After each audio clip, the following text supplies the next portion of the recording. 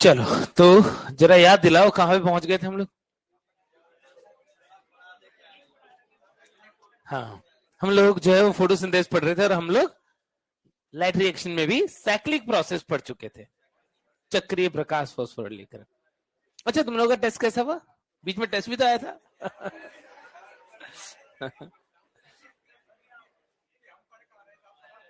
अच्छा, अब तो पढ़ोगे तुम लोग भी कि नहीं? घट गया है, जो कि पेपर तो आसान था नहीं क्या? भाई इस बार का पेपर तो आसान था तुम लोगों का। क्या कोई कोई क्वेश्चन पूछना है क्या? किसी क्वेश्चन में डाउट, मेरे एक्सप्लेनेशन की नीड हो तो बता दो। कौन सा? मानो तो जिंदा है ऐसा। हाँ हाँ, यस, क्वेश्चन जो है इस बार बिल्कुल जैसा कि बताया था, इवन एग्जांपल्स भी एनसीईआरटी से ही लिए थे, कोई भी आउट ऑफ एनसीईआरटी क्वेश्चन नहीं था। कॉन्सेप्ट हमने अच्छे से पढ़ा है और चीजें जो है वो वही वही थी, तो मुझे लग रहा है तुम्हें आसान लगा होगा। हाँ, अभी भी जो भी क्वेश्चन गलत हुआ, देखो गलतियां होंगी, ऐसा नहीं है कि एकदम से हम महान बन जाएंगे। चैप्टर को एक बार, दो बार, तीन बार, चार बार जब हम पढ़ते हैं, तब धीरे धीरे जो है वो परफेक्शन की तरफ हम बढ़ते जाते हैं। तो एफर्ट जो है वो कंटिन्यूअसली लगाते जाना है, और यदि कोई भी क्वेश्चन गलत हुआ है तो सीखो उसको, कहीं भी कॉन्सेप्चुअली अपने आप को और अच्छा इंप्रूव कर सकते हो। कुछ एग्जाम्पल भूल गए थे, उनको दोबारा से लर्न कर सकते हो, तो उन चीजों को करते जाओ। आ जाओ, ठीक है। चलो, तो फोटोसिंथेसिस, अभी इतना सारा टाइम मिला था तो मुझे लग रहा है तुम लोगों ने पढ़ा होगा अच्छे से। एटलीस्ट अब तुमने सोचा होगा कि भाई इस टाइम को सही से यूज कर लो, ताकि अगले टेस्ट में जो है वो हम और अच्छा स्कोर कर पाए। ये तुम्हें पता है कि बैक पोर्शन के लगभग 30 क्वेश्चन आते हैं, है ना? 30 क्वेश्चन होते हैं ना बैक पोर्शन के, तो 30% जो है वो तुम्हारा सेल बायो रहेगा, तो वो तो तुम लोगों ने एटलीस्ट कर ही लिया होगा, है ना? नहीं भाई, करना पड़ेगा, करना पड़ेगा भाई, मेहनत करना पड़ेगा। चलो, तो फिर आगे बढ़ते हैं अचक्रीय प्रकाश फास्फोरिलीकरण की तरफ, नॉन साइक्लिक फोटो फास्फोराइलेशन। आ जाओ बच्चे।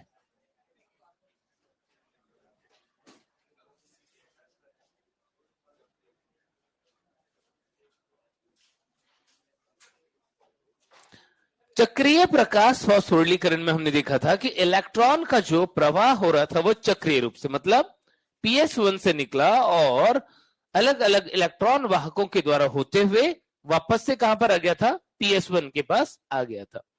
इस इलेक्ट्रॉन के चक्रीय प्रवाह से अल्टीमेटली क्या हुआ था? प्रोटॉन की पंपिंग हुई थी। इलेक्ट्रॉन के चक्रीय प्रवाह के कारण प्लास्टोक्यूनॉन ने साइटोक्रोम B6F की मदद से क्या किया था? प्रोटॉन को स्ट्रोमा से ल्यूमेन में धकेल दिया था, पंप कर दिया था। बात सही है कि नहीं? जिसकी वजह से ल्यूमेन के अंदर प्रोटॉन की सांद्रता काफी बढ़ गई थी, और यदि एक साइड प्रोटॉन की सांद्रता ज्यादा हो, दूसरे साइड कम हो, इसका मतलब प्रोटॉन प्रवणता उपस्थित हो। एक झिल्ली हो, झिल्ली के ऊपर जो पंप है उन्होंने ये प्रोटॉन प्रवणता विकसित की है, और उस झिल्ली के ऊपर यदि F0F1 पार्टिकल, CF0CF1 पार्टिकल या एटीपी सिंथेज उपस्थित हो, तो जब जब प्रोटॉन उसके द्वारा सुसाध्य विसरण करेगा, तब तब जो F0F1 पार्टिकल का हेड होता है वो एटीपी का निर्माण कर देता है। तो इस प्रकार जो प्रोटॉन प्रवणता डेवलप हुई थी, उसी की वजह से एटीपी का निर्माण हो गया था। बात आई थी कि आखिर इलेक्ट्रॉन आगे से आगे क्यों जा रहे हैं, तो उसका कारण था कि रेडॉक्स पोटेंशियल बढ़ता जा रहा था। जो भी इलेक्ट्रॉन वाहक थे उनका रेडॉक्स पोटेंशियल आगे से आगे ज्यादा था, बढ़ता जा रहा था, उसी ऑर्डर में इलेक्ट्रॉन का प्रवाह हुआ था। तो इलेक्ट्रॉन का जो प्राथमिक इलेक्ट्रॉन ग्राही से होकर के और वापस PS1 तक आना, यह प्रक्रिया अपहिल थी कि डाउनहिल? सोच के बताओ कि यदि मैंने बोला इलेक्ट्रॉन का प्राथमिक इलेक्ट्रॉन वाहक जो ग्राही जो था, प्राइमरी इलेक्ट्रॉन एक्सेप्टर, वहां से लेकर के वापस PS1 तक आना, अपहिल के डाउनहिल? डाउनहिल, वो अपने आप से चल रहा था। लेकिन PS1 द्वारा इलेक्ट्रॉन को प्राथमिक इलेक्ट्रॉन ग्राही तक पहुंचाना, वो अपहिल था, क्योंकि उसके लिए प्रकाश ऊर्जा की आवश्यकता पड़ी थी। और इस प्रक्रिया में क्योंकि केवल PS1 इन्वॉल्व था, इसीलिए ऑक्सीजन का निर्माण नहीं हुआ था। इस PS1 के पास FNR एंजाइम नहीं था, इसीलिए इसका NADPH2 का निर्माण भी नहीं हुआ था। क्या इतनी बातें क्लियर है सबको? रिकॉल करवा दिया मैंने साइक्लिक प्रोसेस।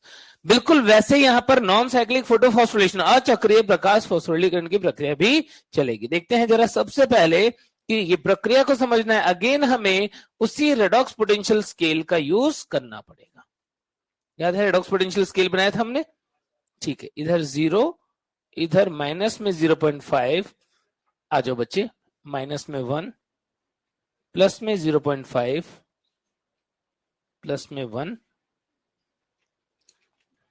ऐसा कुछ हमने रिडॉक्स उपापचय, रिडॉक्स पोटेंशियल,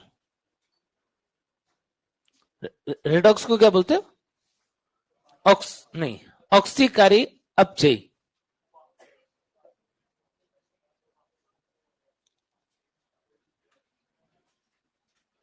तो रेडॉक्स पोटेंशियल के बेसिस पे हम देख रहे हैं इसको। देखो पहले क्या, और साथ में हम झिल्ली पे भी देखेंगे, दोनों तरीके से देखेंगे कि क्या होता है। अब की बार जो ये झिल्ली तुम्हें दिख रही है किसकी है? क्या ये स्ट्रोमा लैमली है कि ग्रेना के थैलेकॉइड की झिल्ली है? Yes, grana thylakoid.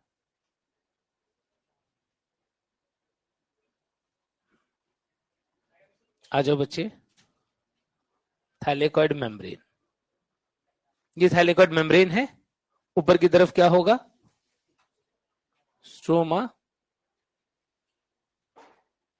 अंदर की तरफ क्या होगा? ल्यूमेन, थैलेकॉइड ल्यूमेन या थैलेकॉइड अवकाशिका।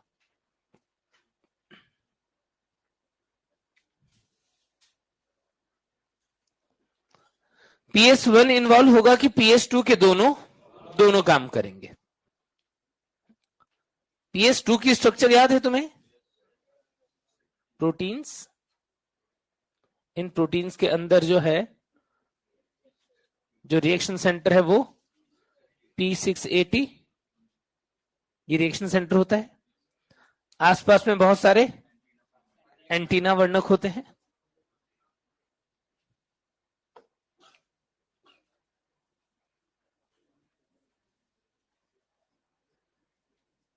कितने वर्णक? सैकड़ों वर्णक, हजारों नहीं बोलना, सैकड़ों वर्णक। PS2 के अंदर जो प्राथमिक इलेक्ट्रॉन ग्राही होता है वो कौन होता है? क्या तुम्हें याद है? फियोफाइटिन। किस साइड पे होता है, नीचे की तरफ कि ऊपर की तरफ? यानी झिल्ली की बाहरी सतह की तरफ कि आंतरिक सतह की तरफ? इधर है तो बाहरी होगा कि आंतरिक होगा? सारे बोलो, बाहरी। झिल्ली के बाहरी सतह की तरफ है, ये आंतरिक सतह है। क्यों? क्योंकि इधर अंदर ल्यूमेन है। ठीक है, और यदि इसको और ज्यादा स्पष्ट रूप से बताना है तो बोल सकते हो कि फियोफाइटिन जो है वो स्ट्रोमल सरफेस की तरफ होता है, और PS2 पे ल्यूमिनल सरफेस की तरफ। यहां पर क्या होता है?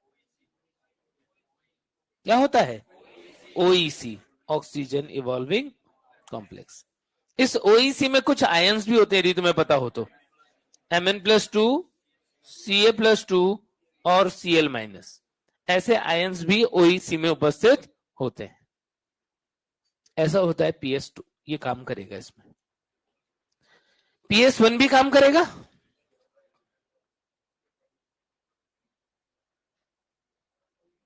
PS1 की संरचना में क्या क्या चीजें होती है? ऐसे ही यहां पर भी बहुत सारे वर्णक होंगे।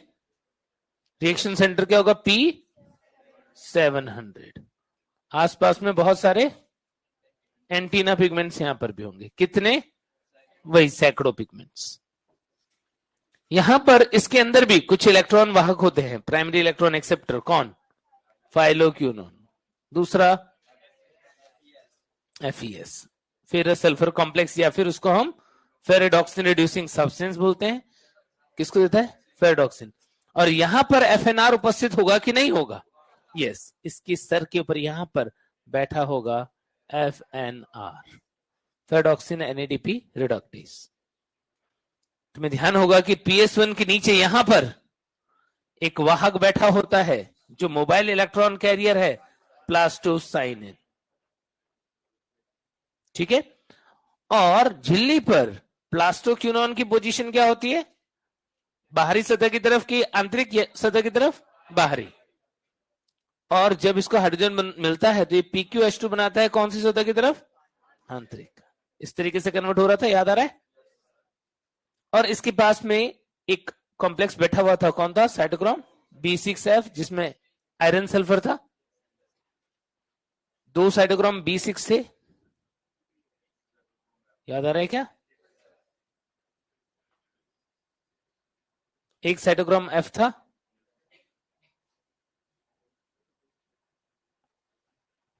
आंतरिक सतह की तरफ। कुछ ऐसा कॉम्प्लेक्स था जिसको हमने बोलते था साइटोक्रोम B6F कॉम्प्लेक्स, याद आ रहा है, यस। अब जो लास्ट लेक्चर में पढ़ा था वहां से पहले स्टार्ट करेंगे कि हमने यहां पर कहीं बनाया था, एक से थोड़ा ऊपर कहीं, P700 PS1 antenna pigment. Redox potential scale पे हाई की लो, हाई की लो, हाई, प्लस की तरफ है हाई। इलेक्ट्रॉन देने की प्रॉपर्टी की लेने की, लेने की। इलेक्ट्रॉन देना नहीं चाहता है, इलेक्ट्रॉन जबरदस्ती दिलाने के लिए इसको जबरदस्ती करनी पड़ेगी क्या। कौन है जो जबरदस्ती इनसे इलेक्ट्रॉन निकलवाएंगे, सूरज भगवान, सनलाइट। इस ऊर्जा को जब ये ग्रहण करते हैं तो क्या इलेक्ट्रॉन देने की टेंडेंसी बन जाती है, मतलब रिडॉक्स पोटेंशियल स्केल पे ये एक्साइट होकर के कम हो जाते हैं, मतलब ये -1 से भी कम हो जाएंगे, -1.2 जितना, P700। और यदि ये एक्साइट हो गए तो एक्साइटेड रिएक्शन सेंटर को हम कैसे लिखते थे, स्टार लगा के, याद आ रहा है। तो ये हो गया था।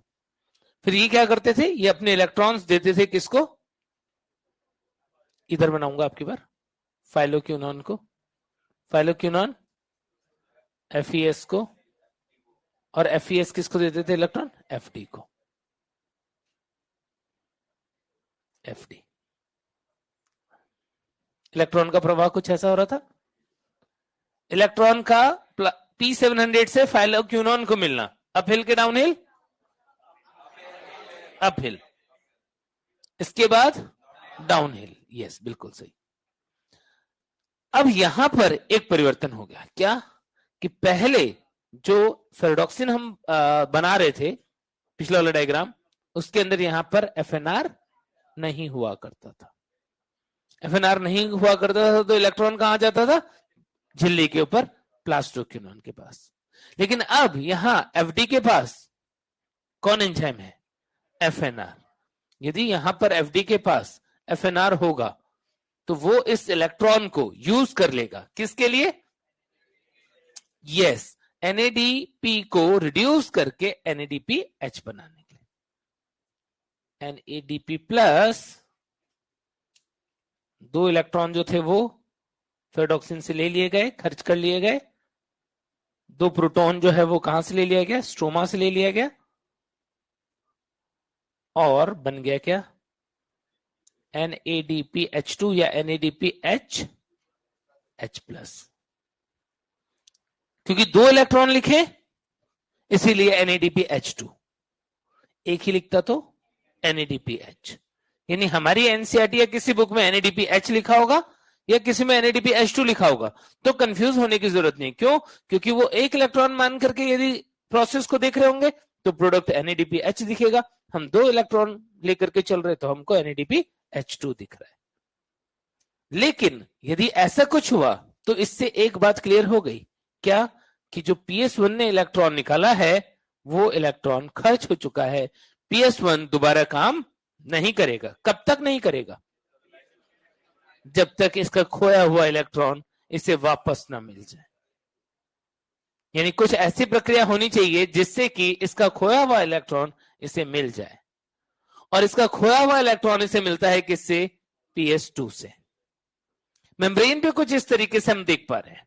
हालांकि मेम्ब्रेन पे बहुत सारे PS1 PS2 रैंडमली जो है वो अरेंज होते हैं अलग अलग जगहों पर, लेकिन जब हम स्टडी करेंगे तो हमने एक सीक्वेंस अपने मन से बना दी कि भाई इस सीक्वेंस में इलेक्ट्रॉन का फ्लो होगा। कैसे होगा कि सबसे पहले जो प्रकाश है, यदि ये ऊर्जा मिले किसको, PS2 को। लेकिन क्या सच में ऐसा होगा? क्या सच में सूरज भगवान जो हैं वो बोलेंगे रुको पहले PS2 को लाइट देंगे, तब तक PS1 जो है वो मुंह देख रहा है मेरा नंबर कब आएगा? क्या ऐसा होगा? नहीं। सूरज भगवान की रोशनी जब आएगी तो सभी जितने भी पिगमेंट सिस्टम है, जितने भी फोटो सिस्टम है, सभी पे एक साथ आएगी। जिस टाइम लाइट यहां पड़ रही है ठीक उसी टाइम लाइट वहां भी पड़ रही है। दोनों जगहों पर एक साथ लाइट पड़ रही होगी, तो क्या दोनों जगहों से इलेक्ट्रॉन एक साथ निकल रहे होंगे? यस, बिल्कुल सही, एक साथ निकल रहे होंगे। यानी यहां पर लाइट जब वहां आएगी तभी सेम टाइम पे लाइट यहां भी आएगी। जब इलेक्ट्रॉन यहां से निकलेगा ठीक उसी टाइम पे इलेक्ट्रॉन यहां से भी निकलेगा।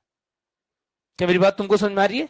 लेकिन जब हम पढ़ते हैं तो हम एक चेन की फॉर्म में पढ़ते हैं, इलेक्ट्रॉन कहां से अल्टीमेटली कहां पर पहुंच गया। तो तुम्हें दो टाइप के क्वेश्चन मिल सकते हैं कि PS2 और PS1 में कौन सा फोटो सिस्टम पहले काम करता है, PS1 के PS2? यही ऑप्शन दिया हुआ है, तो क्या बोलोगे? तो PS2 बोल दोगे। ऑप्शन तुम्हें बता रहा है कि बोथ वाला ऑप्शन नहीं है, साइमल्टेनियस नहीं है, इसका मतलब एक सीरीज की फॉर्म में देख लो। लेकिन यदि क्वेश्चन आए कि प्रकाश द्वारा PS1 और PS2 का एक्साइटेशन या उत्तेजन जो है वो एक साथ होता है कि अलग अलग होता है, तो क्या बोलेंगे? एक साथ। और एनसीईआरटी पढ़ोगे तो दोनों लाइनें, दोनों तरह की लाइनें तुम्हें लिखी हुई मिलेगी। जब वो सीरीज में एक प्रोसेस को देख रहे होंगे तो पहले ये फिर वो।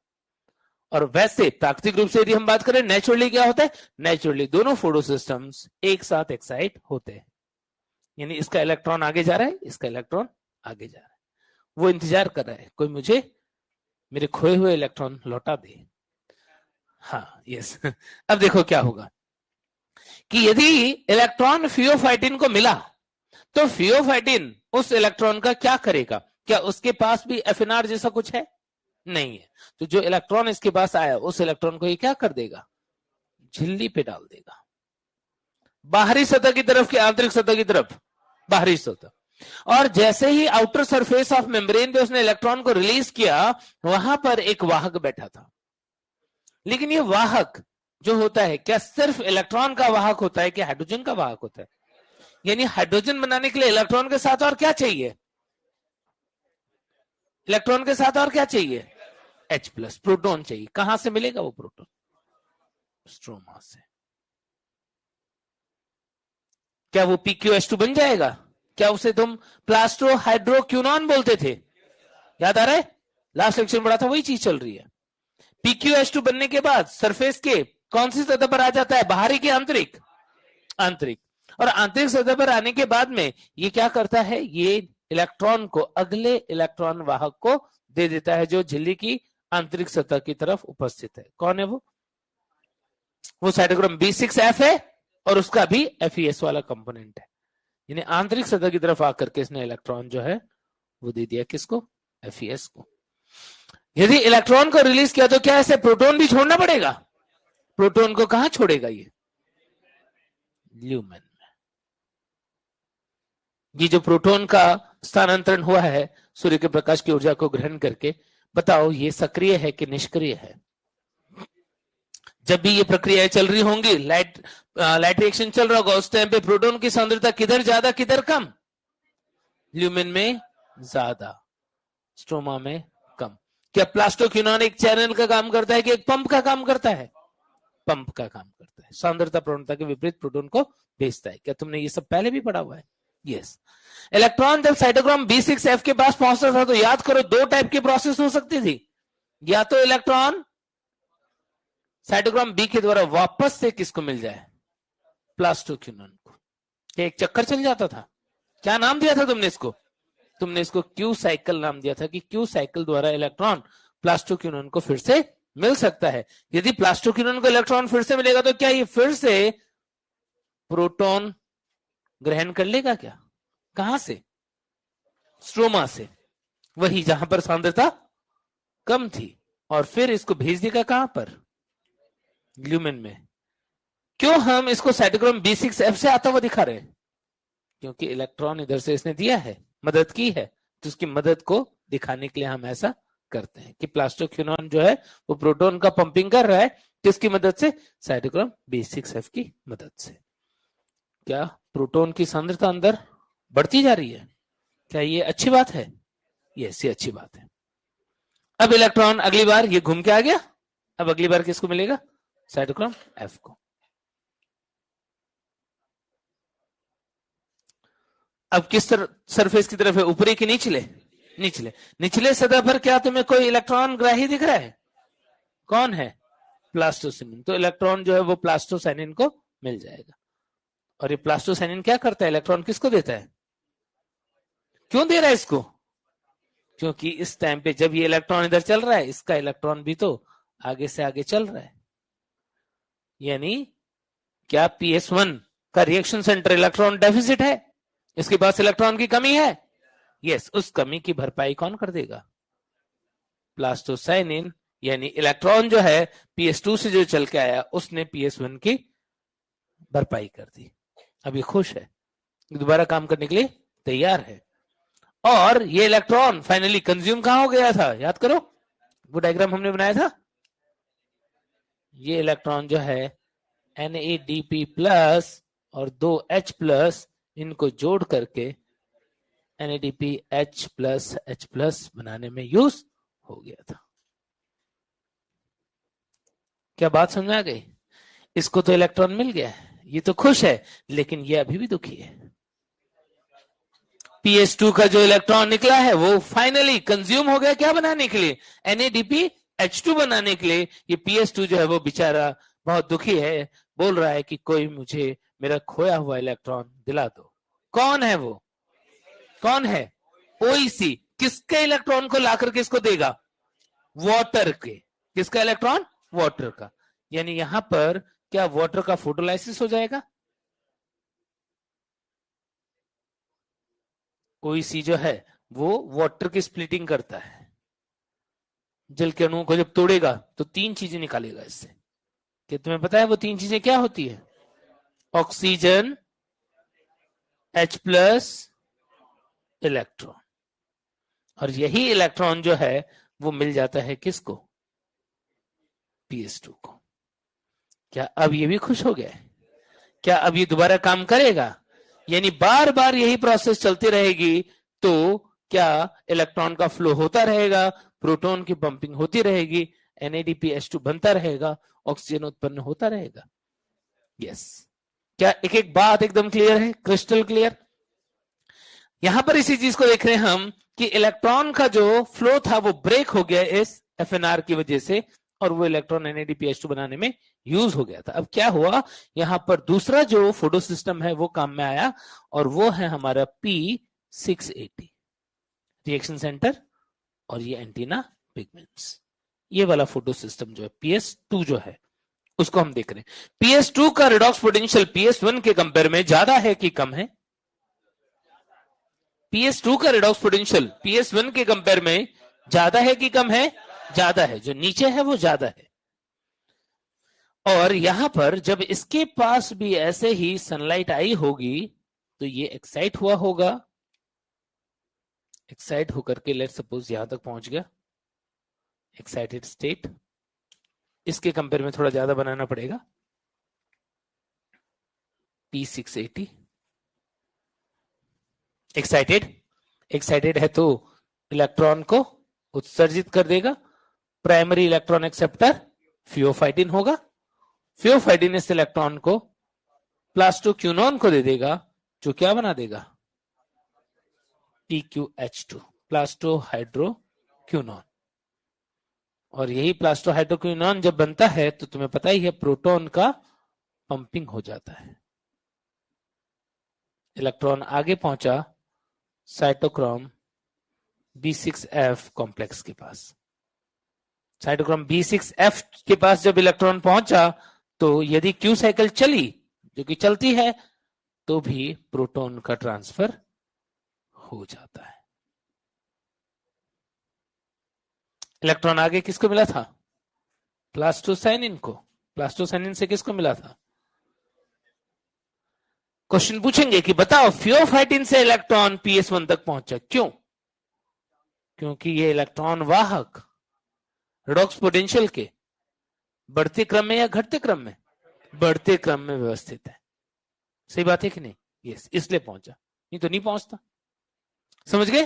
तो रेडॉक्स पोटेंशियल का क्या रोल है वो समझ में आ रहा है कि यदि रेडॉक्स पोटेंशियल में बढ़ते क्रम में यदि अणु आसपास में नहीं लगे होते तो फिर ये इलेक्ट्रॉन आगे नहीं जाता। तो रेडॉक्स पोटेंशियल जो है वो क्या कर रहा है, करंट के फ्लो का काम करवा रहा है। जैसे मैंने तुमको लास्ट लेक्चर में बताया था कि दो बैटरी, यदि हमने एक बैटरी के अंदर पॉजिटिव इलेक्ट्रोड और नेगेटिव इलेक्ट्रोड देखा और उस सर्किट को कनेक्ट किया, स्विच को कनेक्ट किया, तो क्या होता है, तो इलेक्ट्रॉन का फ्लो हो जाता है, बल्ब जल जाता है। यहां पर क्या हो रहा है, यहां पर हम देख रहे हैं कि वही बैटरी बनाने का काम, यानी एक तरफ धनात्मक पोटेंशियल एक तरफ ऋणात्मक पोटेंशियल बनाने का काम कौन कर रहा है, सूरज भगवान। जैसे ही लाइट आई, पहले यहां था, जैसे ही लाइट आई यहां पहुंच गया, नेगेटिव बन गया। नेगेटिव बनते ही क्या हुआ, पोटेंशियल डिफरेंस आती है, इलेक्ट्रॉन का फ्लो स्टार्ट। वैसे ये भी चुपचाप बैठा हुआ था, वैसे जैसे ही सूरज भगवान की रोशनी आई एक्साइट हुआ, नेगेटिव बन गया, एक नेगेटिव पोटेंशियल बाकी उसके कंपेयर में पॉजिटिव, क्या हुआ, इलेक्ट्रॉन का फ्लो स्टार्ट हुआ। तो इस प्रक्रिया में मुझे बताओ, अच्छा फाइनली इसको इसका खोया हुआ इलेक्ट्रॉन भी तो दिलाना पड़ेगा, कौन रोल में आ जाएगा, ओईसी। और ओईसी जो है यहां पर वाटर को ब्रेक करेगा, यस, पानी जो है वो टूट जाएगा यहां पर, ऑक्सीजन बनाने के लिए, प्रोटॉन बनाने के लिए, इलेक्ट्रॉन बनाने के लिए इलेक्ट्रॉन मिल जाएगा किसको, P6 जिसने खोया उसको मिल जाएगा। सब बच्चे आंसर देंगे मुझे। ये जो प्रोसेस देख रहे हो इसके अंदर P6 का एक्साइट होकर इलेक्ट्रॉन एमिट करना, अप हिल के डाउन हिल, थियोफाइटिन से PS1 तक आना अप हिल, P700 का फिर से एक्साइट होकर के ए को इलेक्ट्रॉन देना और ए से वापस NADPH2 बनना, down, up hill down hill, up hill down hill. चल रहा है क्या, क्या जिगजैग चल रहा है क्या कोच? क्या इस प्रोसेस को जो तुम पढ़ रहे हो इसको जेड स्कीम नाम दे दें क्या जेड स्कीम नाम इस डायग्राम की बेसिस पे समझ में आ रहा है कि इस डायग्राम की बेसिस पे जब हम ईटीएस कंपोनेंट को रेडॉक्स पोटेंशियल स्केल पर रखते हैं तो हमें एक जिगजैग पैटर्न दिखाई देता है, इसीलिए इसको हम जेड स्कीम बोलते हैं। क्या इस प्रोसेस के थ्रू एटीपी का निर्माण हो गया क्या? अभी नहीं हुआ, अभी सिर्फ क्या हुआ, प्रोटॉन सांद्रता प्रवणता विकसित हुई। और तुम्हें पता है कि जब भी प्रोटॉन की सांद्रता प्रवणता विकसित होगी तो उसी की वजह से क्या होगा, यस, एटीपी का निर्माण होगा। और इसको समझाते हैं हम किस प्रोसेस के द्वारा, किस कॉन्सेप्ट के द्वारा, रसोपरासरण सिद्धांत के द्वारा, केमियोस्मोटिक हाइपोथेसिस के द्वारा। यानी अब हम देख रहे हैं क्या, अगला टॉपिक केमियोस्मोटिक हाइपोथेसिस। ध्यान से देखना सब बच्चे कि केमियोस्मोटिक हाइपोथेसिस के लिए क्या क्या होना जरूरी है। एक झिल्ली होनी जरूरी है, झिल्ली के ऊपर एक प्रोटॉन पंप का होना जरूरी है, प्लास्टोक्यूनॉन। इस प्रोटॉन पंप की वजह से प्रोटॉन की प्रवणता होनी जरूरी है। पता पड़ा प्रोटॉन पंप पे झिल्ली प्रवणता ही विकसित नहीं की, काम ही नहीं कर रहा, कोई एटीपी नहीं बनेगी, तो प्रवणता भी विकसित होनी चाहिए। और उसके अलावा झिल्ली के ऊपर क्या होना चाहिए, CF0 CF1 पार्टिकल। जानते हो सब बच्चे इसको अच्छे से, इसका जो CFO होता है, बेस होता है, ये किसका काम करता है, प्रोटॉन के चैनल का काम करता है। प्रोटॉन चैनल सक्रिय परिवहन करवाता है कि निष्क्रिय परिवहन, निष्क्रिय। निष्क्रिय में सिंपल सरल विसरण के सुसाध्य विसरण, सुसाध्य विसरण, ठीक है। तो प्रोटॉन के लिए दूसरा स्टॉक वृंत, और CF1 जो है इसको हम क्या बोलते हैं, इसको बोलते हैं हेड। और हेड की खास बात क्या है, इसके ऊपर किसकी एक्टिविटी मिलेगी हमको, एटीपी सिंथेस। एटीपी सिंथेस की क्रियाशीलता जो है वो हमें यहां पर देखने को मिलेगी, एक्टिविटी। वैसे इस पूरे कॉम्प्लेक्स को ही एटीपी सिंथेस बोला जाता है। इस पूरे एटीपी सिंथेस कॉम्प्लेक्स के अंदर ये वाला पोर्शन जो होता है वो किसका काम करता है, वो प्रोटॉन चैनल का काम करता है। और यहां पर एटीपी सिंथेस एक्टिविटी देखने को मिलती है। डन है इतनी बात? तो इसका होना बहुत ही जरूरी है। क्या क्या चीजें? 4 चीजें हुई, गिनवाओ क्या क्या चीजें केमियोस्मोटिक में जरूरी है। पहला झिल्ली, दूसरा प्रोटॉन पंप, तीसरा प्रोटॉन प्रवणता, और चौथा एटीपी सिंथेस या CF0 CF1 पार्टिकल। अब चाहे वो फोटोसिंथेसिस हो चाहे रेस्पिरेशन हो, जहां पर भी ऐसा होगा एटीपी बनेगी। तो प्रकाश संश्लेषण और श्वसन दोनों में एटीपी का निर्माण जो होता है उसको हम केमियोस्मोटिक हाइपोथेसिस के थ्रू समझा सकते हैं, जो दिया था किसने? पीटर मिशेल नाम के साइंटिस्ट थे। अब प्रोटॉन प्रवणता के विकसित होने के कितने कारण तुम्हें दिखाई दे रहे हैं? मुझे यहां पर 3 कारण दिखाई दे रहे हैं। कौन कौन से 3 कारण है? देखो, कारण नंबर 1 है कि यदि जल का प्रकाश अपघटन हुआ है तो प्रोटॉन बढ़ेगा, प्रोटॉन उत्पन्न होगा। कहां पर? ल्यूमेन में। यानी ल्यूमेन में प्रोटॉन की सांद्रता बढ़ाने का रीजन नंबर 1 मुझे मिल चुका है कि जब जब जल का प्रकाश अपघटन होगा तब तब प्रोटॉन की सांद्रता ल्यूमेन में बढ़ेगी। रीजन नंबर 2 मुझे दिख रहा है कि जब जब ये प्लास्टोक्विनोन पंपिंग करेगा, प्रोटॉन को पंप करेगा, तब तब क्या होगा? सांद्रता, प्रोटॉन की सांद्रता बढ़ेगी। रीजन नंबर 2 हो गया। H+ बढ़ रहा है, रेड से मैंने बनाए हैं।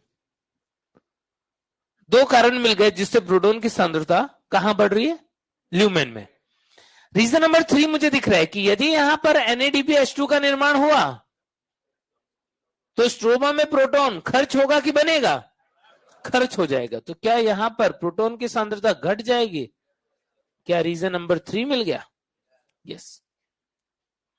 3 कारण मिल गए जिससे मुझे पता पड़ रहा है कि प्रोटॉन प्रवणता विकसित हो रही है, मतलब ल्यूमेन में प्रोटॉन की सांद्रता बढ़ रही है और यहां पर घट रही है। क्या इसका मतलब ये बात बहुत ही आसान सी हो गई है कि प्रोटॉन की सांद्रता इधर हाई और इधर लो। इधर प्रोटॉन ज्यादा तो क्या प्लस चार्ज आ जाएगा, इधर कम तो क्या नेगेटिव चार्ज आ जाएगा। यस, इसी को बोल देते हैं इलेक्ट्रोकेमिकल ग्रेडियंट, कि भाई कोई केमिकल की वजह से उनके जो चार्जेस हैं, पोलैरिटी है, उसमें कुछ अंतर। जैसे देखते हो उधर सोडियम पोटेशियम पंप वगैरह के थ्रू नर्वस कंडक्शन, याद आ रहा है? तो वैसे ही कुछ, तो इलेक्ट्रो केमिकल ग्रेडियंट बोल देते हैं, और या फिर सिंपल प्रोटॉन ग्रेडियंट बोल देते हैं। तो इसको ब्रेक कर रहा है, मतलब इक्विलिब्रियम लाना है। इसको इक्विलिब्रियम में लाने के लिए क्या इस प्रोटॉन को कोई रास्ता मिल रहा है भागने का? कौन सा रास्ता है वो? चैनल। इस चैनल के द्वारा ये भागना चाहता है। जब जब 3 प्रोटॉन भागते हैं किसके अंदर? प्रकाश संश्लेषण में। श्वसन में यही 4 प्रोटॉन होगा। वो डिपेंड करता है CF0 के स्ट्रक्चर पे, अलग अलग होती है, तो इसी के अकॉर्डिंग हम आंसर करते हैं। तो जब जब 3 प्रोटॉन भागता है, इसके भागने की ऊर्जा से क्या होता है? प्रोटॉन की डिफ्यूजन की एनर्जी से क्या होता है? स्टॉक में ट्विचिंग और हेड में कन्फर्मेशनल चेंजेस। इसके सर में कुछ संरूपण परिवर्तन होते हैं, कुछ ऐसे परिवर्तन जिससे कि मान लो इसका हेड है, ये हमने पहले भी बात की जब हम माइटोकॉन्ड्रिया पढ़ रहे थे। इसके ऊपर एक साइट है जिसपे फॉस्फेट जुड़ जाता है, इसके ऊपर एक साइट है जिसके ऊपर एडीपी जुड़ जाता है, ऐसे। क्योंकि सेल के अंदर तो खर्च हो रहे होंगे, एटीपी बनेगा, खर्च होगा तो वापस क्या बन जाएगा? एडीपी और फॉस्फेट बन जाएगा। तो एक फॉस्फेट आकर जुड़ गया, एक एडीपी आकर के जुड़ गया। अभी ये चुपचाप से जुड़ा हुआ है। बस जैसे ही प्रोटॉन भागा वैसे ही इसके अंदर कुछ ऐसे परिवर्तन हुए कि ये दोनों पास में आ गए, और क्या बन गया? ATP release. फिर अगला इनऑर्गेनिक फॉस्फेट और एडीपी आ जाएगा। फिर से प्रोटॉन निकलेंगे। 3 प्रोटॉन की ऊर्जा इतनी सफिशिएंट होती है कि वो इसको इतना पास ला देती है कि एटीपी का निर्माण हो जाता है। तो सिर में जो संरूपण परिवर्तन हुए, कन्फर्मेशनल चेंजेस हुए, उसकी वजह से क्या हो जाएगा? उसकी वजह से यहां पर एडीपी और इनऑर्गेनिक फॉस्फेट मिलकर के एटीपी का निर्माण कर देंगे। तो प्रोटॉन प्रवणता की वजह से एटीपी का निर्माण हो जाना, यही कहलाता है क्या? केमियोस्मोटिक हाइपोथेसिस। क्या इतनी बातें क्लियर हो गई सबको? एक एक पॉइंट क्रिस्टल क्लियर है? कहीं कोई डाउट? बनाओ फटाफट।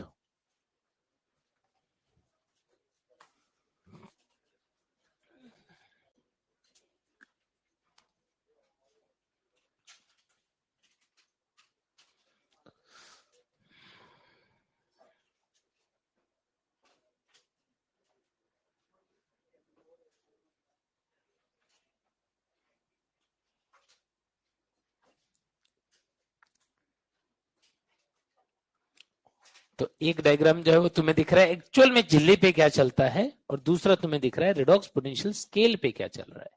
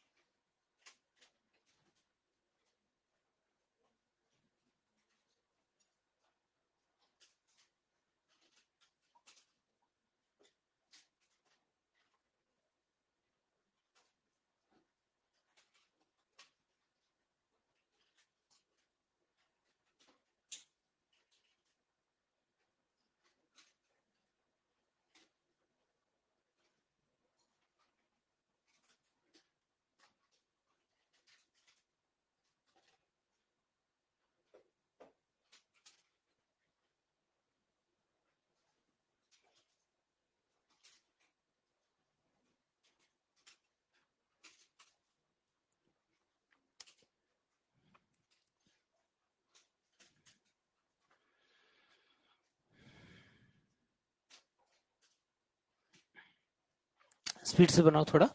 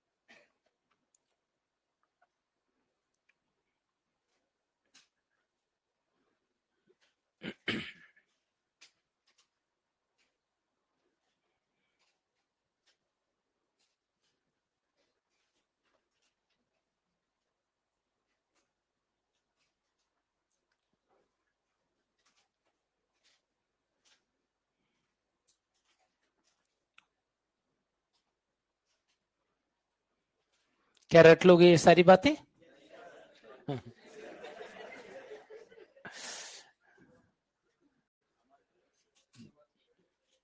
देखो इसमें जो है, यदि ये बातें तुम्हें समझ में आ गई तो ये चैप्टर जो है ना वो पिछले वाले चैप्टर से बिल्कुल अपोजिट है। उसमें क्या होता था कि तुमको मैं कितना भी पढ़ा दूंगा ना क्लास में, फिर रूम पे जाके तुमको बहुत मतलब याद तो करना ही होगा। प्रोसेस ड्रॉ करनी ही होगी खुद से ही तुमको सारे एग्जांपल्स लर्न करने ही पड़ेंगे और भूलोगे भी बार बार में। लेकिन ये प्रोसेस ऐसा है कि इसमें बार बार भूलने जैसा नहीं है। यदि एक बार माइंड में पिक्चर सेट हो गई ना, 1 सेकंड के लिए डायग्राम देखोगे ना, फिगर देखोगे, सारी बातें एकदम क्लियर हो जाएंगी। तो इस चैप्टर को यदि तुम क्लास में जितना मन से पढ़ते हो, ध्यान से पढ़ते हो, तुम्हारी रूम पे मेहनत उतनी ही कम हो जाती है।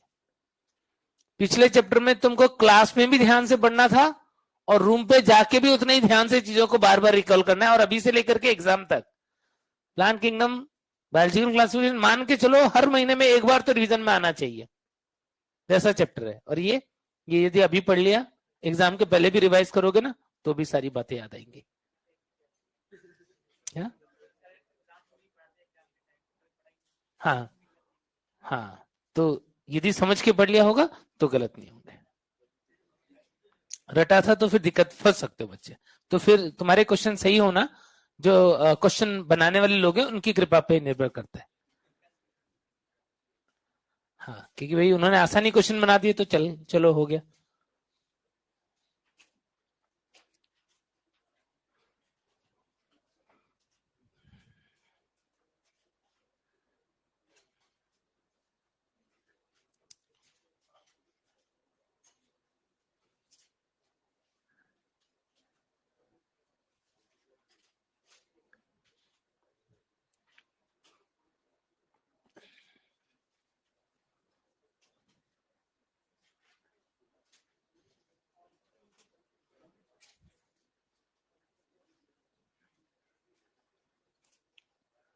बना लोगे तो बोल देना।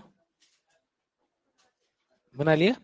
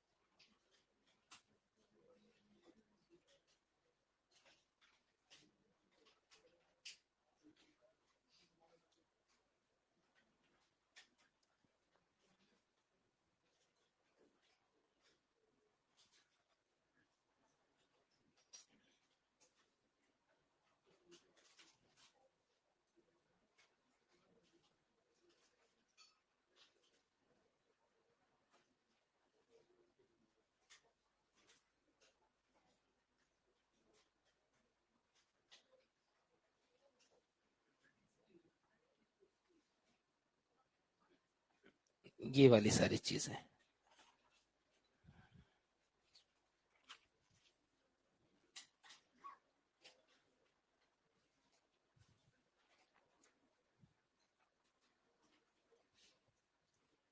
FES,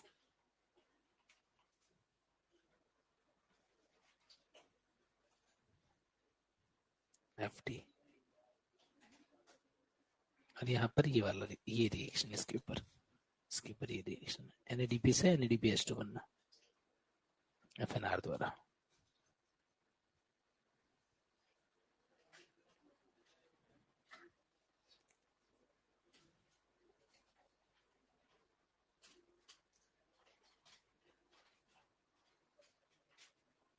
यहाँ पर +2H+ भी लिख दो।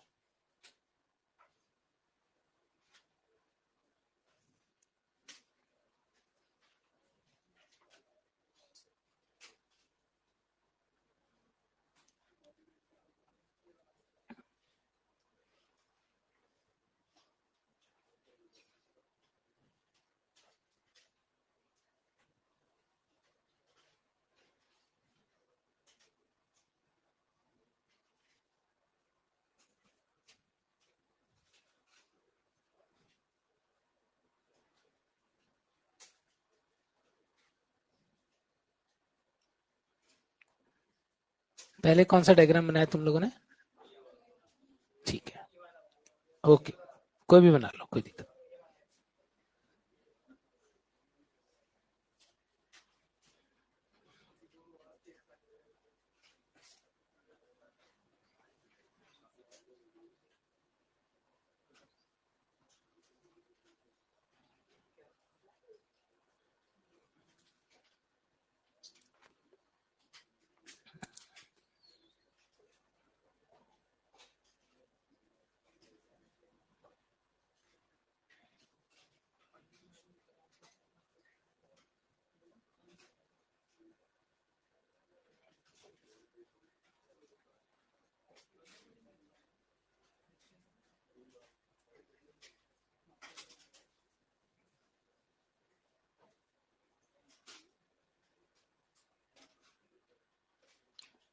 कि पूछेगा कि बताओ इनमें से कौन सा इलेक्ट्रॉन वाहक जो है वो कॉपर युक्त होता है।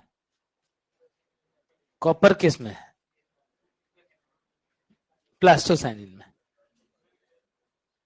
कॉपर जो है वो प्लास्टोसाइनिन में होता है और किसी में नहीं। कॉपर नहीं है बच्चे, कॉपर कहाँ है? Mn+2 Ca+2 और Cl- है। Cu लिख दिया क्या? Mn+2 Ca+2 और Cl-। कॉपर युक्त इलेक्ट्रॉन वाहक यदि पूछ ले क्या आंसर करोगे? प्लास्टोसाइनिन। आयरन युक्त पूछे कि किसमें आयरन है? Fe और फेरेडॉक्सिन, नाम से होता पड़ रहा है, और साइटोक्रोम। Cytochrome B6F। साइटोक्रोम तो सारे।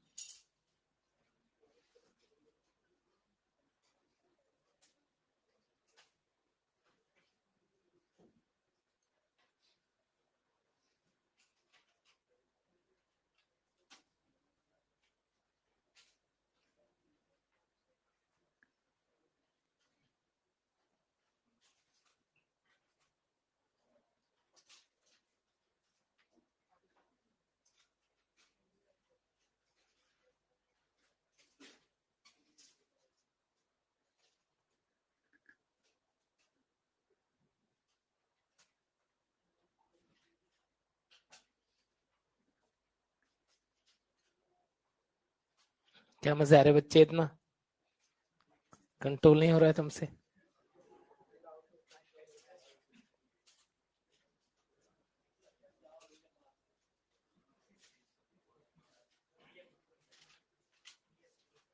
क्या मजा आ रहा है उससे भी? जवाब? जावा भैया? कौन है जावा भैया? कौन है जावा? क्या जावा और पैकिंग में मैन जो होते हैं वो उससे इन्फ्लुएंस्ड है क्या ये बच्चा? जावा मानव?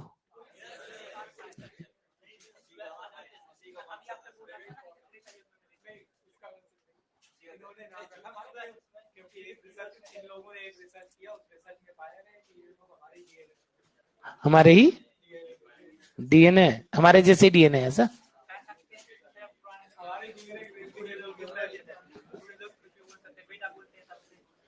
बेटा? हाँ, बेटा। हाँ, बच्चे समान है।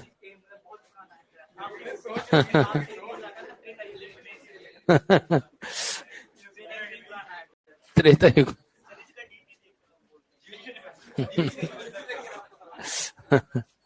ओके, चलो चलो जल्दी से बना लो पहले। हो गया ना?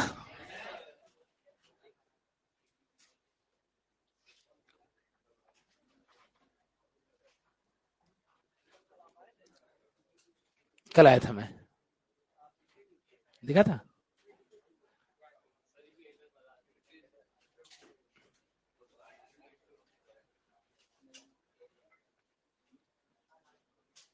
मुझे उम्मीद थी कि इवनिंग वाले बैच की क्लास तो होगी, इसलिए मैं आ गया था।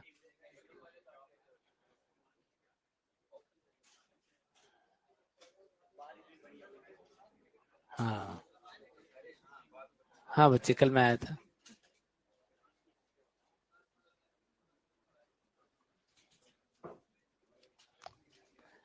चलो, तो फिर इधर वाला डायग्राम इरेज कर दूं? कौन सा इरेज कर दूं? इधर वाला? चलो जल्दी करो, जल्दी फिनिश करो, मेक इट फास्ट। एटीपी के नीचे ATP synthase activity, ATP synthase activity, इसके सिर पे हमें क्या दिख रहा है? एटीपी सिंथेज की क्रियाशीलता दिख रही है। कहां गया था? कहीं नहीं गया था, रंजीत सर के घर पे बैठे थे ऐसे। हाँ,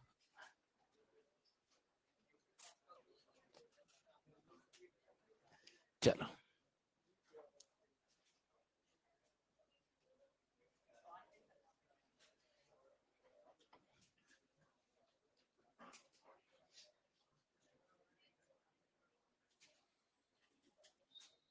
जल का प्रकाश अपघटन, स्प्लिटिंग ऑफ वाटर, कौन करता है? कहां पे करता है?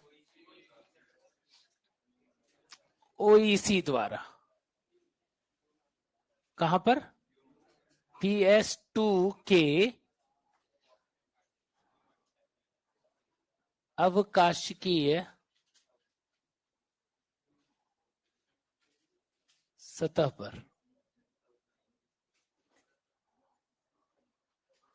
Luminal surface of OEC, oxygen evolving complex के अवकाशिकीय सतह पर। होता क्या है कि एक H2O के अकॉर्डिंग हमने पढ़ा, 2 इलेक्ट्रॉन के अकॉर्डिंग हमने ये चीजें पढ़ी, लेकिन इसमें एक कमी दिख रही होगी तुम्हें कि हाफ O2 लिख रहे हैं। हाफ O2 जैसा कुछ होता ही नहीं है। होता ही क्या? नहीं। और यदि उसको एक ऑक्सीजन फ्री रेडिकल लिख दें तो तबाही मच जाएगी। यदि नवजात ऑक्सीजन, एसिड ऑक्सीजन यदि बना दें तो फिर गड़बड़ी हो जाएगी। तो इसीलिए यहां पर Mn+2 जो है ना वो बहुत इंपॉर्टेंट होता है। क्यों बहुत इंपॉर्टेंट होता है? क्योंकि यहां पर जब हम वाटर का फोटोलाइसिस देखते हैं तो जैसे 2 वाटर के अणु टूटे, 4 H+ बन जाएगा, 4 इलेक्ट्रॉन बन जाएगा और 1 O2 बन जाएगा। कौन करवा रहा है ये अभिक्रिया? OEC करवा रहा है। और इस OEC में Mn+2 आयन जो होते हैं वो 4 होते हैं, Ca+2 1 होता है, Cl- भी 1 होता है।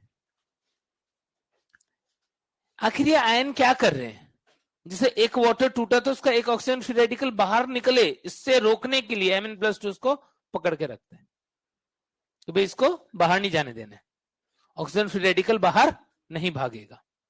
फिर दूसरा ब्रेक होता है तो दूसरा ऑक्सीजन फ्री रेडिकल बनता है, उसको भी पकड़ता है और फिर ये एंजाइम कॉम्प्लेक्स दोनों को जोड़ के O2 बना देता है, ताकि बाहर जो रिलीज होगा वो O2 ही होगा, वो ऑक्सीजन फ्री रेडिकल नहीं होगा। तो इसमें हेल्प करने के लिए इसके पास Mn+2 आयन बहुत इंपॉर्टेंट होता है। तो 4 Mn+2 आयन होते हैं, 2 कैल्शियम और 1 Cl-। तो इस तरीके से। अच्छा, कोई मुझे बता सकता है कि यदि 2 जल के अणुओं का इस तरह से प्रकाश अपघटन हो तो कितने NADPH2 का निर्माण होगा?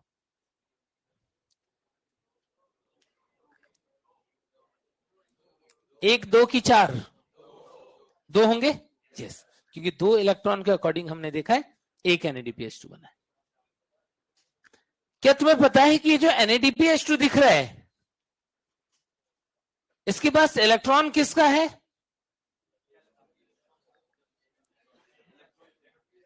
जल का है क्या? यही इलेक्ट्रॉन अल्टीमेटली सीरीज में देखोगे तो यहां पे पहुंचे। कौन है जो सबसे पहला इलेक्ट्रॉन दाता है? ये नॉन साइक्लिक प्रोसेस में सबसे पहला प्रथम इलेक्ट्रॉन दाता कौन है?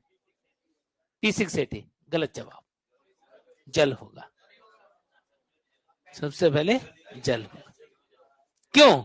क्योंकि तुमने अभिक्रिया को एक सीरीज में देखना बंद कर दिया, तुमको यहां से यहां तक देखना था, H2O से NADPH2 तक। हाँ, लेकिन हर बार जब भी हम अभिक्रिया देख रहे होंगे तो उस अभिक्रिया में इलेक्ट्रॉन सबसे पहले कहां से आएगा तब यह अभिक्रिया आगे बढ़ेगी? जल से। यदि जल नहीं देगा इलेक्ट्रॉन के, उसने निकाल दिया तो अब दोबारा काम नहीं करेगा। वो दोबारा काम कब करेगा? जब जल उसको इलेक्ट्रॉन देगा। भाई प्रकाश अभिक्रिया में प्रकाश ने सबसे पहले क्या किया? तो प्रकाश को अवशोषित करके PS2 ने इलेक्ट्रॉन दिया या PS1 ने इलेक्ट्रॉन दिया, वो तो सब दोनों साथ ही दे रहे हैं। लेकिन अल्टीमेटली कौन सा मॉलिक्यूल है जो इलेक्ट्रॉन देगा तो ये प्रोसेस आगे चलेगी? वाटर। तो जब हम एक क्रम में देखेंगे तो वाटर जो है वो सबसे प्रथम इलेक्ट्रॉन दाता होगा, और अंतिम जो इलेक्ट्रॉन ग्राही है वो कौन है? NADP की NADPH2? NADP, ये अंतिम इलेक्ट्रॉन ग्राही होगा। क्यों? क्योंकि हम एक सीरीज में देखेंगे।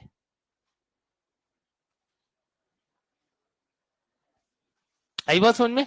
ठीक है, तो इस तरीके से प्रक्रिया चल रही है। तो वाटर का इलेक्ट्रॉन इसके पास आया, क्या तुम्हें पता है ये जो प्रोटॉन इसके पास आया ये भी वाटर का ही है? क्यों ऐसा? क्योंकि जब हम इसको बैलेंस करने जाएंगे तो हम क्या देखेंगे कि ये जो पंपिंग के द्वारा इलेक्ट्रॉन आ रहा है बाहर निकला, वापस पंपिंग चली, फिर से अंदर आएगा, फिर से बाहर। हर बार दो प्रोटॉन ये वाले एक्स्ट्रा बनेंगे। ये तो क्या होगा, हर बार जितनी बार चलेगा अंदर आएगा, फिर बाहर निकलेगा, फिर अंदर आएगा, फिर बाहर निकलेगा, चलता रहेगा। लेकिन हर बार ये दो एक्स्ट्रा आ जाएंगे। ये दो एक्स्ट्रा कहां पर खर्च हो रहे हैं? ये दो एक्स्ट्रा यहां पर खर्च हो रहे हैं। ये बैलेंस होगा किससे? इससे। ये जो अंदर आ रहे हैं ये किससे बैलेंस होंगे? वापस बाहर निकल जाएंगे, फिर अंदर आएंगे, फिर बाहर निकलेंगे। तो अल्टीमेटली ये मान के चलेंगे हम क्या कि यहां पर जो जल के अपघटन से इलेक्ट्रॉन और प्रोटॉन निकलता है उसको आगे की अभिक्रिया में ले जाने का काम कौन करता है? NADP।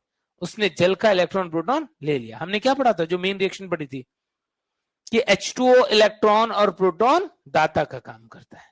किसको देता है? CO2 को रिड्यूस करने के लिए देता है। पढ़ा था ऐसा? तो भाई जब आगे अभिक्रिया बढ़ेंगे तो हम देखेंगे CO2 को रिड्यूस करने में ये NADPH2 काम आएगा। तो NADPH2 अपना इलेक्ट्रॉन प्रोटॉन किसको देगा? CO2 को। NADPH2 के पास इलेक्ट्रॉन प्रोटॉन कहां से आया? जल से आया। इलेक्ट्रॉन तो तुम्हें सीधे सीधे दिख रहा है इन प्रोसेस के द्वारा, और प्रोटॉन जो है ये जब स्ट्रोमा में जाता है तो वहां से ये यूज कर लेता है। समझ गए क्या? ओके। जल का प्रकाश अपघटन वाला पॉइंट लिखा सब बच्चों ने? लिखो लिखो, मुंह मत देखो मेरा।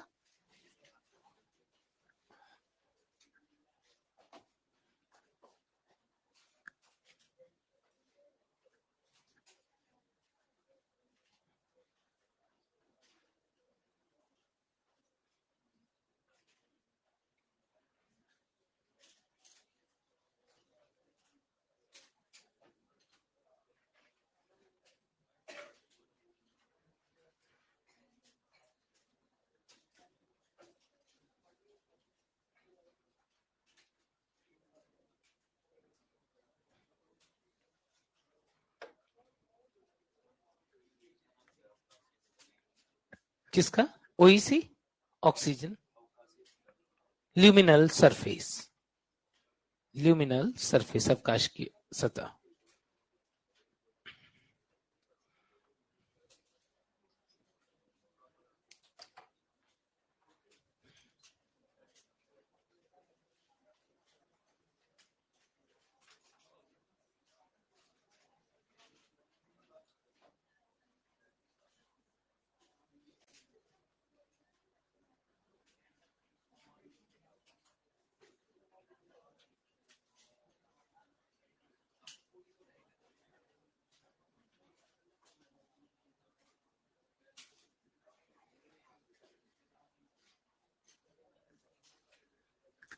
हेडिंग डाल दो, केमी ऑस्मोटिक हाइपोथेसिस, रसोपरासरण सिद्धांत।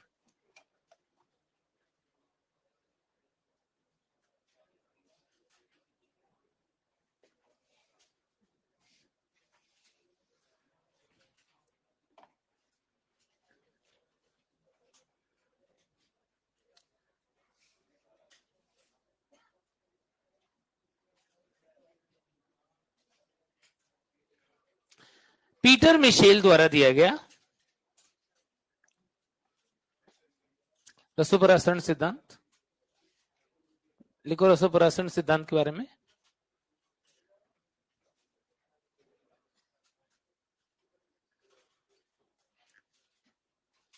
यह पीटर मिशेल द्वारा दिया गया।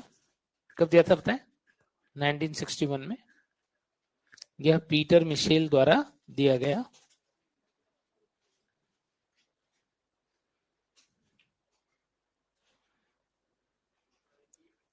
नाइनटीन 1961 में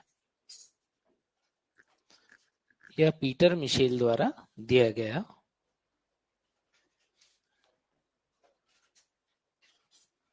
इसके द्वारा प्रकाश संश्लेषण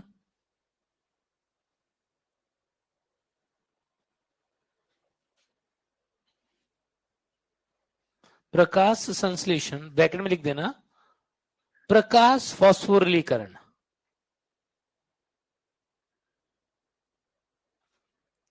प्रकाश फास्फोरिलीकरण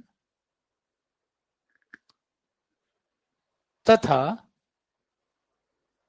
श्वसन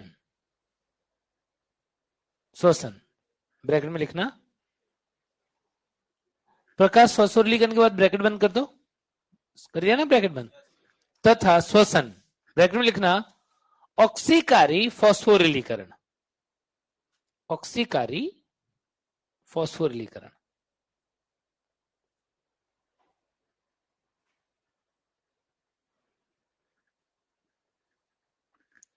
प्रक्रिया में एटीपी निर्माण को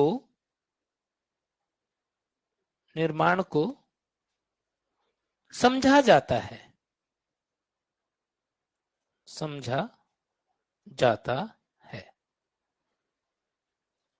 नेक्स्ट लिखो,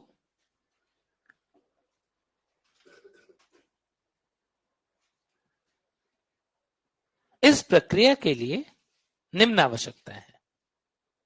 इस प्रक्रिया के लिए निम्न आवश्यकताएं हैं। कौन कौन सी आवश्यकता?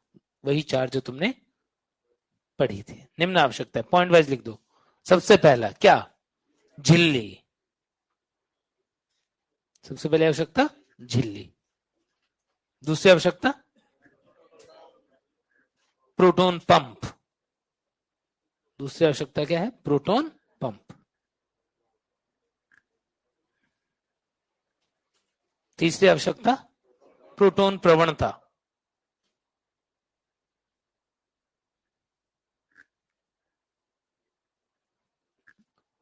ब्रैकेट में लिख देना इलेक्ट्रोकेमिकल ग्रेडियंट, इलेक्ट्रोकेमिकल ग्रेडियंट।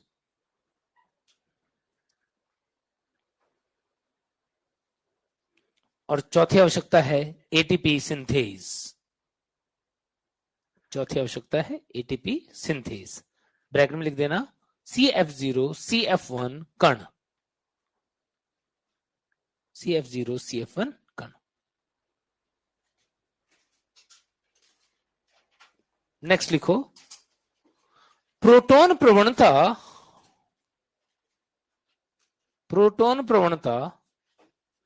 विकसित होने के निम्न कारण हैं। प्रोटॉन प्रवणता विकसित होने के निम्न कारण हैं। कौन कौन से कारण हैं?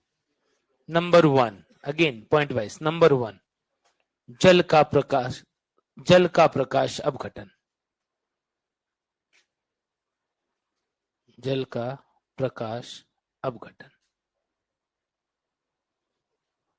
ल्यूमेन में H+ बढ़ाता है। इसी को कंटिन्यू करो। जल का प्रकाश अपघटन ल्यूमेन में H+ बढ़ाता है।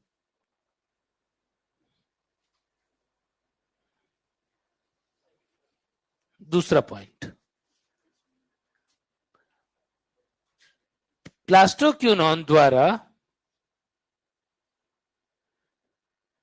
प्रोटॉन का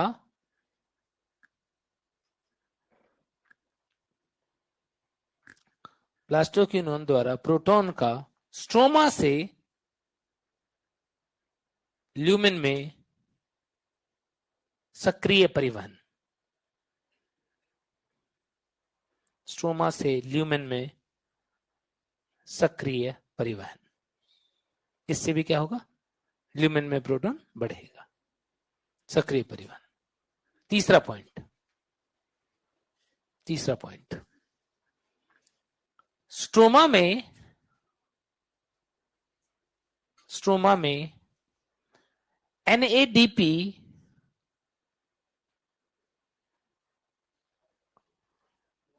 को NADPH2 में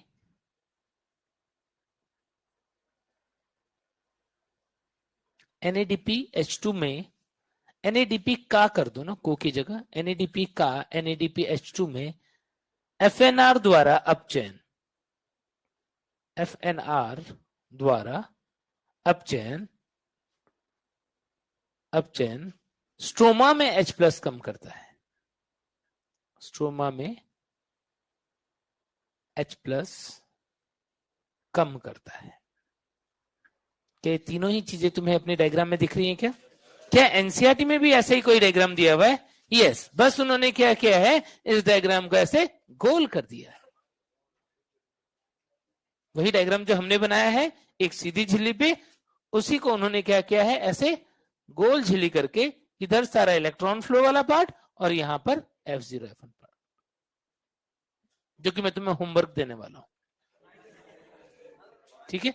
हाँ, क्योंकि हमने बना लिया, हमने डिटेल वाला डायग्राम बनाया, लेकिन एक बार तुम्हें एनसीईआरटी वाला डायग्राम भी बनाना है ताकि उसकी लेबलिंग तुम्हें पता रहे, ठीक है? अगला लिखो, अब लिखो कैसे एटीपी बनता है वो बता रहा हूं। लिखो, जब CF0 द्वारा प्रोटॉन H+, प्रोटॉन ल्यूमेन से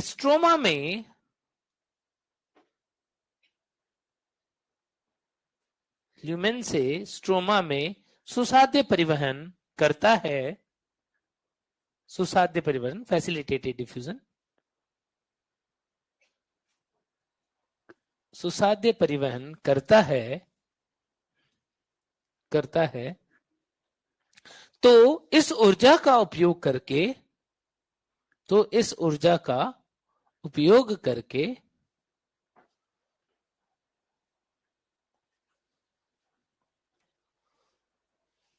CF1 एटीपी सिंथेस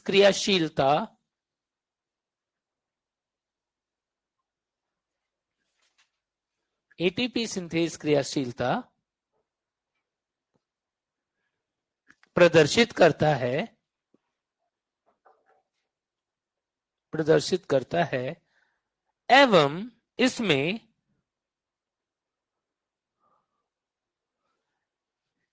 संरूपण या कन्फर्मेशनल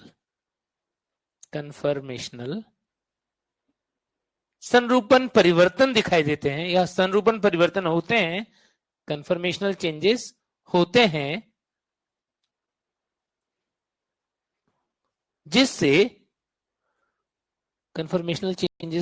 जिससे एडीपी एडेनोसिन डाइफॉस्फेट वाला एडीपी एवं अकार्बनिक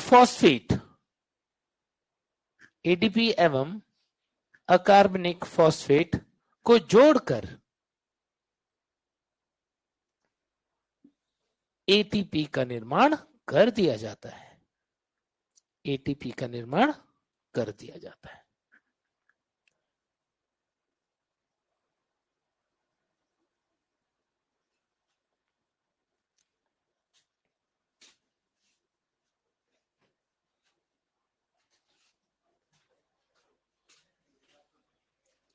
जब एनसीईआरटी की बुक पढ़ोगे 3 पॉइंट जो हमने शॉर्ट में लिखे हुए उसी को थोड़ा वो गाएंगे, फिर वो गाएंगे कैसे, वो तुम्हें इस डायग्राम से वो गाना समझ आएगा।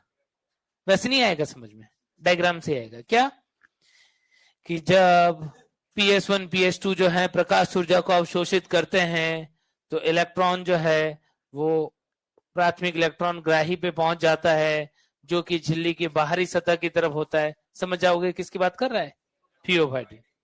तब ये इलेक्ट्रॉन को बाहरी सतह पर उपस्थित एक ऐसे वाहक को देता है जो हाइड्रोजन का वाहक होता है।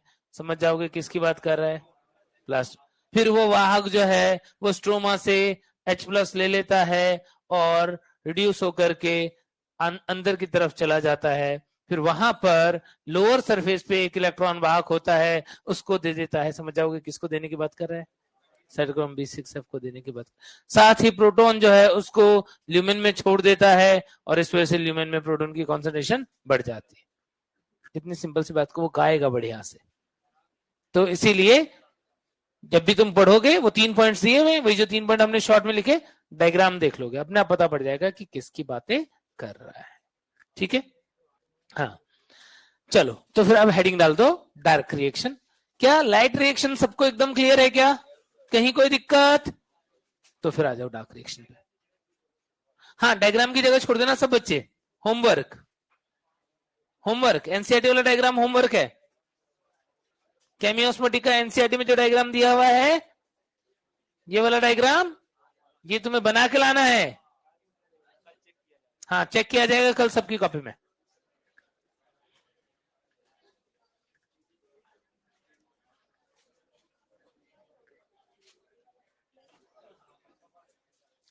डार्क रिएक्शन बायोसिंथेटिक फेज, कौन सी प्रक्रिया? वो प्रक्रिया जिसके अंदर स्ट्रोमा में चलेगी, जिसके अंदर CO2 से बनाया जाता है क्या, ग्लूकोज या सुक्रोज या स्टार्च, कि उपरोक्त में से कोई भी, उपरोक्त में से कोई भी। हम भले ही रिएक्शन में बार बार ऐसा लिखते हैं कि वो ग्लूकोज जैसा हमको दिख रहा होता है या हेक्सोज दिख रहा होता है, लेकिन ध्यान रखना कि ये जुड़ करके दो ग्लूकोज या एक ग्लूकोज एक फ्रक्टोज जुड़ करके सुक्रोज बन सकता है, जिस रूप में इसको परिवहित किया जाता है, और जब इसको संचित करना होगा तो किस रूप में स्टोर किया जाएगा, स्टार्च के रूप में। तो जब ये प्रक्रिया होगी तो इसमें क्या यूज किया जाएगा, ये जो यहां पर बने हैं क्या, स्वांगीकारी शक्ति, एसिमिलेटरी पावर। ये जो एसिमिलेटरी पावर बना है, इसी एसिमिलेटरी पावर को यहां पर यूज किया जाएगा। समझ गए क्या? यानी यहां पर यूज होगा ATP और NADPH2। तो उस प्रक्रिया को ही हम क्या बोल देते हैं, डार्क रिएक्शन। लिखो, वह प्रक्रिया जिसमें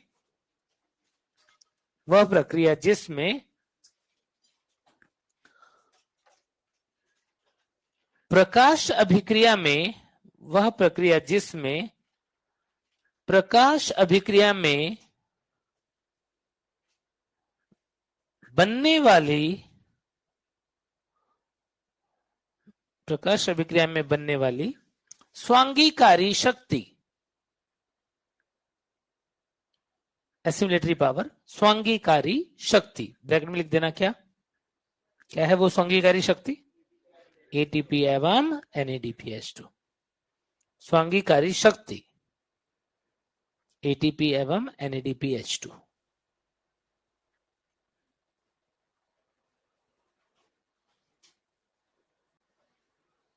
का उपयोग करके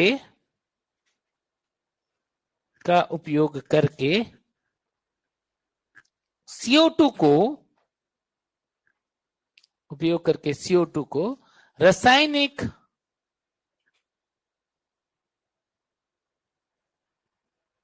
कार्बनिक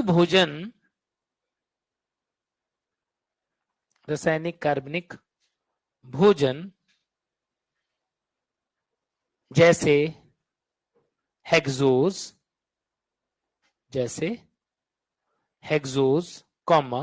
सुक्रोज,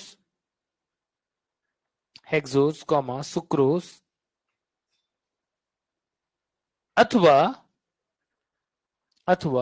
स्टार्च में परिवर्तित किया जाता है। परिवर्तित किया जाता है। अगला सवाल है कि ये जो डार्क रिएक्शन है ये दिन में चलता है कि रात में चलता है कि दिन रात चलता है? दिन में कि रात में कि दिन रात?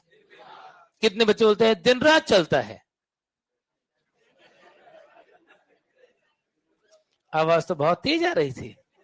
क्या तुम 4 बच्चे ही इतना तेज आवाज निकालते हो कि पूरी क्लास की आवाज को तुमने दबा दिया था? चलो क्वेश्चन ही चेंज कर देते हैं, आसान सवाल पूछते हैं। प्रकाश संश्लेषण की प्रक्रिया कब होती है, दिन में कि रात में कि दिन रात? प्रकाश संश्लेषण की प्रक्रिया कब होती है, दिन में कि रात में कि दिन रात?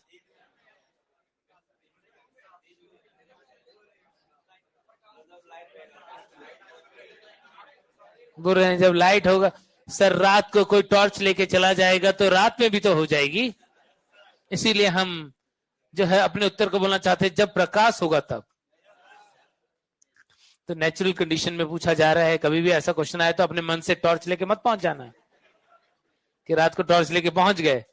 वहां पर ऑप्शन नहीं लिखा हुआ, ऐसा नहीं होगा कि गोले भर दिए नीचे लिख दिया रात को कोई टॉर्च लेके जाएगा तो रात में भी तो हो जाएगी, ऐसा कोई ऑप्शन नहीं रहता वहां लिखने का। तो इसीलिए उत्तर जो है वो हमें बहुत सोच समझ के देना होता है कि यदि नेचुरल कंडीशन की ही बात होगी, प्रकाश संश्लेषण कोई पूछेगा दिन में होता है कि रात में, तो क्या आंसर दोगे? दिन की रात बच्चे, तुम दोनों का आपस में हो गया डिस्कशन। प्रकाश संश्लेषण कब होता है, दिन में कि रात में कि दिन रात? दिन में होता है। यस, प्रकाश संश्लेषण की प्रक्रिया दिन में ही होती है। और यदि प्रकाश संश्लेषण की प्रक्रिया दिन में होती है तो अंधकार अभिक्रिया यदि रात में होती तो तुम इस सवाल का जवाब क्या देते? दिन रात। यदि मान लो प्रकाश अभिक्रिया दिन में और अंधकार अभिक्रिया रात में हो या दिन रात हो, तो कोई भी बच्चे को पूछा जाएगा कि प्रकाश संश्लेषण कब होता है तो उसका उत्तर क्या हो जाएगा? दिन रात हो जाएगा। लेकिन दिन रात वाला उत्तर किसी ने नहीं दिया, सब दिन दिन आंसर कर रहे थे। इसका मतलब अंधकार अभिक्रिया भी कब होती है? दिन में ही होती है, वो रात को नहीं होती है। क्यों ऐसा? क्योंकि प्रकाश अभिक्रिया के लिए वो होना जरूरी है, और जैसे जैसे वो बनता रहेगा वैसे वैसे हाथों हाथ खर्च भी होता रहेगा। क्या दोनों साइमल्टेनियसली चल रहे हैं? यस, साथ साथ में चलने वाली प्रक्रिया होती है, इसलिए प्रकाश अभिक्रिया अंधकार अभिक्रिया दोनों ही दिन में ही होगी। अंधकार अभिक्रिया नाम देना जो है वो एक गलत फहमी पैदा करने वाला शब्द है। कई बार बच्चों में गलत फहमी पैदा हो जाती है कि ये रात में भी चल सकता है। नहीं, ये प्रकाश पर प्रत्यक्ष रूप से निर्भर नहीं होता है, लेकिन प्रकाश अभिक्रिया के उत्पाद पर तो निर्भर होता है। इसीलिए हम क्या बोलेंगे कि ये उसके साथ साथ ही चलता रहेगा। लिखो, लिख दो ये बात, लिखो। अंधकार अभिक्रिया, अंधकार अभिक्रिया भी प्रकाश अभिक्रिया के साथ साथ ही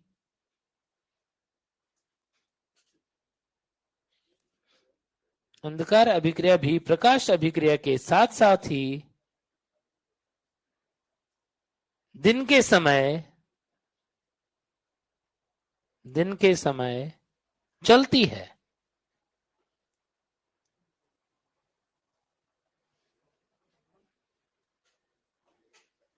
यह प्रकाश पर प्रत्यक्ष रूप से निर्भर नहीं होती। यह प्रकाश पर प्रत्यक्ष रूप से निर्भर नहीं होती, परंतु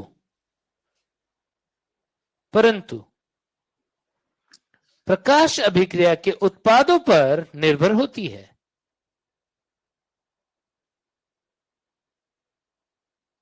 प्रकाश अभिक्रिया के उत्पादों पर निर्भर होती है।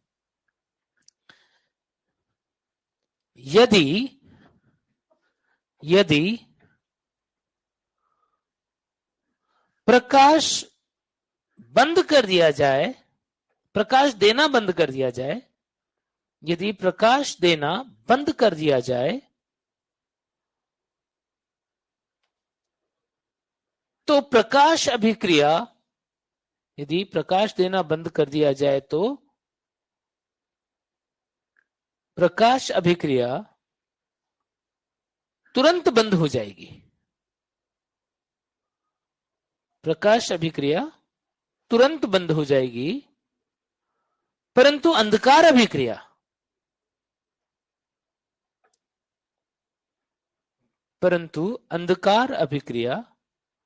कुछ समय बाद बंद होगी। अंधकार अभिक्रिया कुछ समय बाद बंद होगी, जब तक कि एटीपी एवं NADPH2 खर्च ना हो जाए। जब तक कि एटीपी एवं NADPH2 खर्च ना हो जाए। क्या बात समझ में आ गई सबको? तो फिर अंधकार अभिक्रिया कंटिन्यू करेंगे नेक्स्ट लेक्चर में।